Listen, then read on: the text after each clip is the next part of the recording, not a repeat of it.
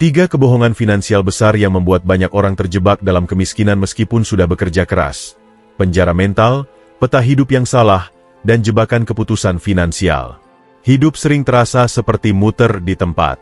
Kita kerja dari pagi sampai malam, pulang dalam keadaan capek, tapi isi rekening tetap saja kurus. Rasanya usaha sudah maksimal, tapi arah hidup tetap sama. Situasi seperti ini sering bikin kita mikir, mungkin rezekiku memang segini. Namun kalau diperhatikan lebih dalam, bukan nasib yang bikin jalan hidup macet, tapi cara pandang yang terbentuk pelan-pelan sejak kecil. Di sekitar kita, ada suara-suara halus yang membatasi diri tanpa kita sadari. Misalnya ketika muncul keinginan meningkatkan pendapatan, langsung datang bayangan, kayaknya sulit deh untuk naik ke angka itu. Suara kecil ini bukan musuh dari luar, tapi hasil dari keyakinan lama yang menumpuk bertahun-tahun. Keyakinan yang bikin langkah maju terasa mustahil, meski sebenarnya peluang ada. Yang lebih gawat, pembatas itu terbentuk dari lingkungan yang tumbuh bersama kita. Lingkungan yang secara tidak langsung memberi batasan mengenai apa yang mungkin dan apa yang tidak. Tempat di mana target besar dianggap mimpi kosong, dan target kecil dianggap realistis. Lama-lama kita menerima batas itu sebagai kebenaran. Selain itu, ada juga anggapan bahwa uang itu sumber masalah, bahwa orang kaya pasti serakah atau curang. Pola pikir ini pelan-pelan membuat kita menjauh dari peluang, karena dalam hati kita tidak ingin terlihat seperti orang yang kemaruk. Padahal uang hanyalah alat, sifatnya tergantung siapa yang memegang. Di sisi lain, zona nyaman juga ikut berperan besar. Rasanya aman, tenang, dan tidak menantang. Tetapi justru karena terlalu nyaman, kita tidak sadar sedang berhenti berkembang. Padahal sekarang dunia bergerak begitu cepat. Kalau kita diam, dunia bukan menunggu, tapi meninggalkan. Setelah memahami bagaimana pola pikir bisa membuat langkah mandek, ada hal lain yang lebih tricky. Kita menjalani hidup dengan peta yang sebenarnya tidak lagi sesuai zaman. Bayangkan seseorang naik motor dengan percaya diri, yakin banget sudah di jalur yang benar. Masalahnya, peta yang dipakai itu ternyata untuk kota yang berbeda. Sehebat apapun tekadnya, hasilnya tetap muter-muter dan capek sendiri. Peta hidup yang kita warisi sejak kecil biasanya simpel dan terdengar aman. Intinya, sekolah yang rajin, kumpulkan ijazah, kerja keras, lalu sukses. Kedengarannya keren. Tapi dunia sekarang jauh lebih kompleks dari sekadar 2 langkah itu. Ada skill yang tidak diajarkan di sekolah. Ada kemampuan yang dibutuhkan dunia kerja modern, dan ada kenyataan bahwa semua orang membawa alat yang sama. Jadi apa yang bikin seseorang unggul? Selain itu, masih ada kepercayaan lama bahwa menabung adalah jalur utama menuju kesejahteraan. Padahal menabung itu cuma alat pengaman saat keadaan darurat, bukan mesin pencetak kekayaan. Nilai uang sekarang terus berubah, dan kalau cuma disimpan diam-diam, justru makin kecil nilainya. Di sisi lain, uang yang bergerak, melalui aset atau investasi, punya peluang bertambah meski kita lagi istirahat. Kita pun sering sibuk menyelesaikan checklist hidup versi lama, tanpa mengecek apakah checklist itu masih relevan. Dunia berubah, cara orang bekerja berubah, cara bisnis bergerak berubah, bahkan cara orang mencari peluang pun berubah. Kalau petanya tetap pakai versi lama, wajar kalau tujuan tidak pernah benar-benar tercapai. Setelah urusan pola pikir dan arah hidup, ada satu area yang sering jadi sumber masalah paling besar, keputusan finansial sehari-hari. Banyak pilihan yang terlihat benar karena sudah jadi kebiasaan umum, padahal efek jangka panjangnya bisa bikin kita tersandung. Misalnya soal anggapan bahwa rumah yang ditinggali otomatis termasuk aset paling berharga. Rasanya memang prestisius kalau sudah punya rumah sendiri, tapi kenyataannya rumah tempat tinggal justru mengeluarkan biaya rutin, listrik, air, pajak, perawatan, cicilan. Tidak menghasilkan pemasukan sama sekali. Baru bisa disebut aset kalau memberi keuntungan, bukan hanya karena bentuknya besar dan terlihat penting. Selain mitos soal rumah, urusan utang juga sering disalahpahami. Ketika muncul ide bisnis, langkah pertama yang diambil biasanya mencari pinjaman. Padahal belum tentu bisnisnya sudah terbukti punya pasar. Mengambil utang tanpa tahu siapa yang mau membeli adalah tindakan yang mirip masuk kolam tanpa mengecek kedalamannya. Risiko tenggelamnya besar sekali. Idealnya, pasar dibuktikan dulu. Cari pembeli dulu. Jual versi sederhana dulu. Biarkan ide tersebut menunjukkan apakah ada peminatnya sebelum modal besar keluar. Hal lain yang sering terlihat aman adalah mengikuti jalur hidup standar. Sekolah tinggi, kerja kantoran, dapat gaji tetap, lalu berharap hidup stabil sampai pensiun. Pola ini memang nyaman. Tapi dunia sekarang tidak berjalan sepelan dulu.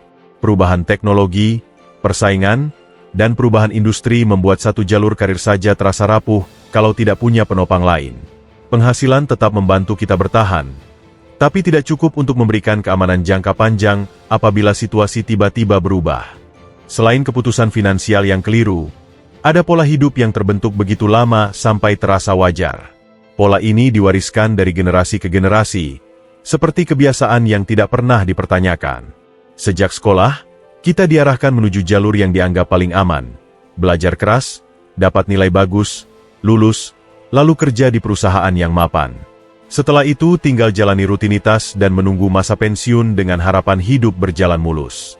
Masalahnya, jalur ini lahir dari kondisi zaman yang sudah berbeda jauh. Dulu kesempatan memang terbatas, teknologi belum berkembang, dan satu pekerjaan bisa bertahan seumur hidup. Sekarang kondisi dunia bergerak cepat sekali. Ada profesi baru bermunculan, ada pekerjaan lama yang hilang, dan ritme perubahan tidak menunjukkan tanda melambat. Mengandalkan satu sumber penghasilan saja membuat kehidupan terasa rapuh ketika muncul perubahan besar. Belum lagi tekanan dari budaya sekitar. Standar keberhasilan sering diukur dari seberapa aman pilihan hidup seseorang. Punya kerja tetap, dapat gaji bulanan, tidak ribut mengambil risiko. Karena sudah menjadi kebiasaan umum, siapapun yang mencoba jalur berbeda sering dianggap aneh. Padahal rasa aman itu tidak selalu nyata. Bisa jadi itu hanya ilusi yang menutupi risiko lebih besar di masa depan. Pola lama ini seperti rantai yang tidak terlihat. Tidak memaksa secara kasar, tapi menahan langkah tanpa disadari. Kita merasa menjalani hal yang benar. Padahal sebenarnya hanya mengikuti jalan lama yang tidak lagi cocok dengan kenyataan hari ini. Tantangan baru membutuhkan cara pikir baru, dan ritme dunia sekarang menuntut setiap orang untuk lebih luas menghadapi perubahan. Saat pola lama terasa tidak lagi memberi keamanan, hal berikutnya yang penting adalah kemampuan beradaptasi. Dunia sekarang tidak hanya meminta kerja keras, tapi juga ketahanan mental dan fleksibilitas dalam mengambil langkah. Teknologi terus berkembang, peluang baru muncul di tempat yang tidak terduga, dan perubahan bisa terjadi kapan saja. Supaya tidak kaget ketika kondisi berubah, kita perlu menyiapkan pondasi yang lebih kokoh dari sekadar mengandalkan satu pekerjaan. Pekerjaan tetap memang memberi kenyamanan, terutama karena ada pemasukan rutin setiap bulan. Namun pekerjaan seperti itu lebih tepat dianggap sebagai laboratorium yang memberikan kesempatan untuk belajar. Dari tempat bekerja, kita bisa memahami cara mengatur waktu, cara berkomunikasi, cara melihat peluang, dan cara kerja sebuah sistem. Semua pelajaran itu bisa menjadi modal penting untuk membangun sesuatu di luar pekerjaan utama. Di luar itu, memiliki penghasilan sampingan bukan hanya soal menambah uang, tetapi juga membangun cadangan ketika keadaan tidak berjalan sesuai rencana. Ada masa-masa tertentu di mana bisnis goyah, perusahaan melakukan pengurangan karyawan, atau teknologi baru menggantikan peran-peran tertentu. Jika hanya ada satu sumber penghasilan, guncangannya bisa terasa sangat besar. Namun kalau sudah punya sumber tambahan, tekanan itu tidak menjatuhkan secara tiba-tiba. Selain menghasilkan pemasukan, usaha sampingan juga bisa tumbuh menjadi sesuatu yang lebih besar. Di awal mungkin kecil, masih dikerjakan di sela waktu, tapi lama-lama bisa berkembang jika punya sistem yang baik. Ketika sistem sudah bekerja, usaha itu tidak lagi bergantung pada kehadiran pemiliknya setiap waktu. Inilah yang membuat seseorang mulai punya aset yang bisa bergerak sendiri. Semua pemahaman tentang pola pikir, arah hidup, dan keputusan finansial tadi akan percuma kalau eksekusi tetap berhenti di tempat. Banyak orang merasa sudah belajar banyak, sudah tahu teori ini itu, tetapi saat harus mengambil langkah nyata, semuanya berhenti menjadi wacana. Padahal perubahan besar justru dimulai dari hal kecil yang dilakukan secara konsisten. Uang yang kita pegang juga perlu diarahkan dengan cara yang lebih cerdas. Bukan hanya disimpan, tetapi digerakkan supaya punya nilai tambah. Uang yang dibiarkan diam akan terus tergerus waktu, sedangkan uang yang ditempatkan pada aset yang tepat bisa bekerja tanpa harus selalu diawasi. Aset bukan hanya properti atau bisnis besar, tetapi juga hal-hal sederhana yang bisa tumbuh seiring waktu, seperti investasi bertahap yang nilainya naik pelan tapi pasti. Selain itu, penting untuk memikirkan bagaimana membangun sistem yang membuat hidup lebih stabil. Sistem ini yang nantinya menjaga kita ketika keadaan berubah. Misalnya punya tabungan darurat, punya aset yang menghasilkan pemasukan tambahan, atau punya usaha kecil yang berjalan meski kita sedang tidak aktif mengurusnya. Sistem seperti ini membuat hidup jadi tidak terlalu bergantung pada satu titik.